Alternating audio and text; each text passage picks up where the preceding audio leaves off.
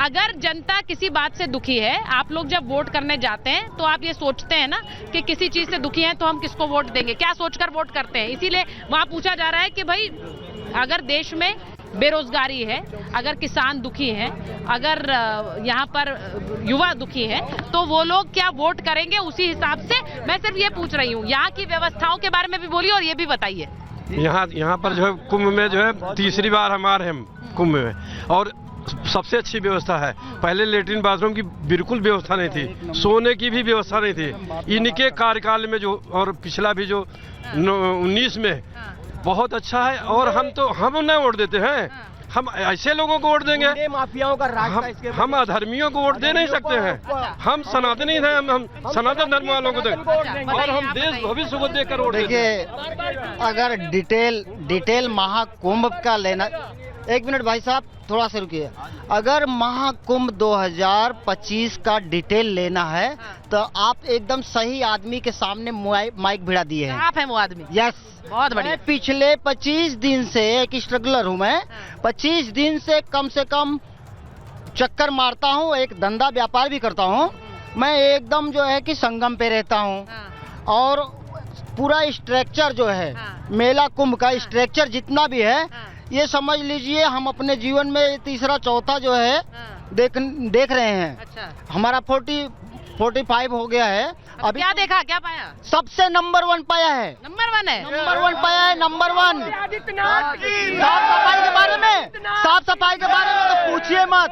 और रोजाना खुद माननीय मुख्यमंत्री योगी आदित्यनाथ जी हमारे आंखों के सामने जो है गाड़ी करते हैं। अच्छा, ये बोल रहे हैं कि भाई योगी जी खुद आकर पूरा मुआयना करते हैं और रोज देखते हैं, हर दूसरे दिन वो यहाँ होते हैं और देखते हैं कि ऐसा है क्या। मैं बचपन से अपनी नानी के साथ यहाँ रहता था, और लगभग मेरा 28 साल एज हो गया, और मैं 28 साल हर साल कुंभ में अपने बचपन में नानी जी के साथ रहता। तो अभी जॉब होने के बाद भी मैं आया।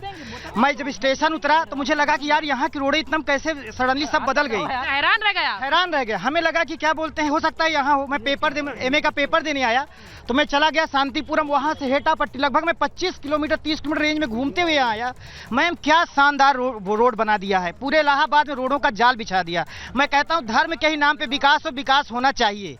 और दूसरी बात, जैसे इम्पोर्टेंट बात कह रहे धर्म के ही नाम पर हो, पर विकास होना चाहिए। और दूसरी चीज, अखिलेश ये बोलते हैं कि वहाँ कुंभ में लोग पाप धोने जाते हैं, तो गंगा नदी हरिद्वार में क्या करने गए थे, वहाँ क्या धोने गए थे? वहाँ पे वहाँ उनको भी तो आना चाहिए, इलाहाबाद नहाना चाहिए कि नहीं? ये जो धर्म के नाम पे लोग कह रहे हैं, नहीं, गंगा सबके लिए, यहाँ हर जाति धर्म हर मजहब के लोग आते हैं। मैं लगता है सारे भेद मिट जाते हैं। मिट गए। मैं अभी आ रहा था, यहाँ चाय का कुल्हड़ लग रहा था, हर जाति धर्म के लोग जा रहे हैं, कुल्हड़ ले रहे हैं, प्लास्टिक का चाय पी रहे हैं, अपने हाथों से धुल रहे हैं, दूसरी जाति का है उसको पी रहा है। मतलब इतना बढ़िया समागम है कि हर जाति धर्म के लोगों को एक करने का महाकुंभ। मैम जब तक उत्तर प्रदेश में योगी जी रहेंगे तो बार बार कुंभ का मेला लगेगा। हम राजस्थान कुंभ तो लगेगा, बार लगेगा, हमेशा लगेगा। जब तक योगी जी रहेंगे तब तक लगेगा। योगी जी रहेंगे तब तक ही लगेगा, बस लगेगा। कुंभ तो किसी का भी राज रहेगा तब भी लगेगा। अखिलेश जी के समय में इतनी देखिए, ये व्यवस्था की बात थोड़ा पीछे रही, थोड़ा व्यवस्था की बात इसलिए करी क्योंकि व्यवस्था को लेकर बहुत सवाल उठते हैं। रुक जाइए जरा, मैं एक चीज बस पूछ रही हूँ आचार्य जी, एक बार आचार्य जी से पूछ रही हूँ, आचार्य राज मिश्रा आपसे पूछ रही हूँ कि जब यहाँ कुंभ में कोई डुबकी लगाता है, अब कल योगी जी आएंगे, प्रधानमंत्री आएंगे, क्या डुबकी और सियासत, मुझे लगता है इसको लेकर बहुत सी चर्चाएं होती है, खासकर योगी जी के संदर्भ में, क्योंकि योगी जी संत भी हैं, तो लोग कहते हैं कि वो मुख्यमंत्री है, तो संत है या मुख्यमंत्री है। कल की जो तस्वीर होगी उसके बारे में क्या कहते हैं? आपने लोगों को सुना, आचार्य जी। देखिए, मैं सुचारिता जी बड़ा स्पष्ट कहना चाहूंगा और सभी प्रवक्ताओं को एक बात कहना चाहूंगा। श्री रामचरितमानस के अंतर्गत गोस्वामी तुलसीदास जी ने एक चौपाई लिखी है कि ते ही सुहाय न नगर बधावा, चोर न चांदनी रात सुहावा। जिस प्रकार चोरों को चांदनी रात नहीं अच्छी लगती है, उसी प्रकार इस समय जो सनातन विरोधी हैं, बड़ा स्पष्ट कहना चाहूंगा, ये वो भारतवर्ष है जहां सनातन को डेंगू कहा गया, जहां सनातन को मलेरिया कहा गया।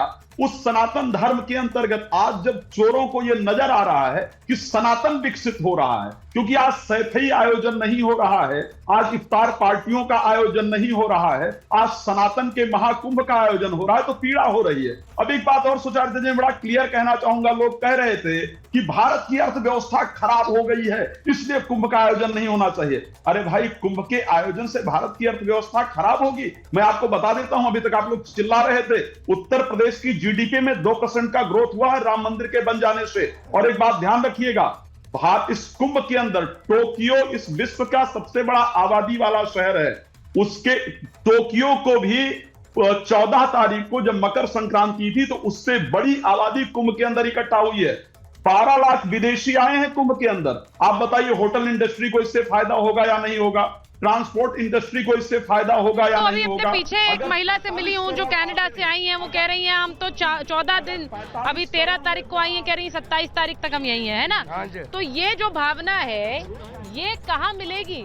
और मैं इसीलिए कह रही हूँ कि जब आप यहाँ आते हैं, लोग यहाँ आकर शिविर में रह रहे हैं, रोज जा रहे हैं, संगम में स्नान कर रहे हैं, वापस आ रहे हैं, ये अपने आप में जिस तरह का एक धार्मिक आयोजन है, इस तरह का धार्मिक आयोजन कहीं नहीं है दुनिया में, आप लोग जानते हैं। तो इसकी व्यवस्था भी अच्छा, इसीलिए तो भारत नंबर 1 का पर्व है ये। विश्व का सबसे बड़ा यह मेला है। योगी जी और मोदी जी जो कर दिया कोई नहीं कर सकेगा। कोई नहीं धर्म की सबसे अच्छी मैं सभी राजनीति पार्टियों से ये पूछना चाहता हूँ, अगर योगी जी, मोदी जी अपने सनातन धर्म के लिए, अगर वो सनातनी होने के नाते ये गंगा जी आते हैं यहाँ पर अपना व्यवस्था बनाते, तो उनको किस चीज की दिक्कत है? सभी पार्टी। ठीक है, सवाल डायरेक्ट सवाल पूछ रही हूँ। भाटी जी, आपने सवाल सुन लिया, जवाब दे दीजिए इनको। वो कह रहे हैं अगर वो सनातनी है और अगर अपने सनातन धर्म के लिए काम कर रहे हैं तो उसमें दिक्कत क्या है? देखिए, सुनिए, खुद सवाल बनाते हैं, खुद ही पूछते हैं, काल्पनिक सवाल पूछ रहे हैं, किसी को क्या दिक्कत है? अब ऐसे समझदार लोगों की बात का क्या जवाब दिया जाए जो ये कह रहे हैं कि योगी जी हैं तो कुंभ का आयोजन हो रहा है, वरना होता ही नहीं था, और जब तक योगी जी रहेंगे कुंभ का आयोजन होता रहेगा। अब इन नासमझी भरी बातों को क्या जवाब दिया जाए? कुंभ का आयोजन तो जब देश आजाद नहीं था तब भी होता था, अंग्रेजों के जमाने में भी होता था, मुगलों के जमाने में भी होता था, जब कांग्रेस की सरकारें थी तब भी होता था, समाजवादी पार्टी के शासन में 2 बार कुंभ का आयोजन हुआ, 2007 में अर्ध कुंभ हुआ, 2013 में पूर्ण कुंभ हुआ। बहुत सुंदर व्यवस्था थी, बहुत शानदार व्यवस्था थी। सरकारी आंकड़ों के अनुसार 12 करोड़ लोग आए। तो ये तो आयोजन होता रहा है और होता रहेगा, इस पर किसी को क्या आपत्ति? हमें क्यों आपत्ति होगी या किसी पार्टी को क्यों आपत्ति होगी? और ये किसने कह दिया कि भारत की अर्थव्यवस्था खराब है? जो योगी जी को लेकर बार बार कहा जाता है कि योगी जी या फिर प्रधानमंत्री को लेकर कि वो सनातन के लिए काम करते हैं, उन्हें लग रहा है कि इसी वजह से उन पर ये अटैक होता है।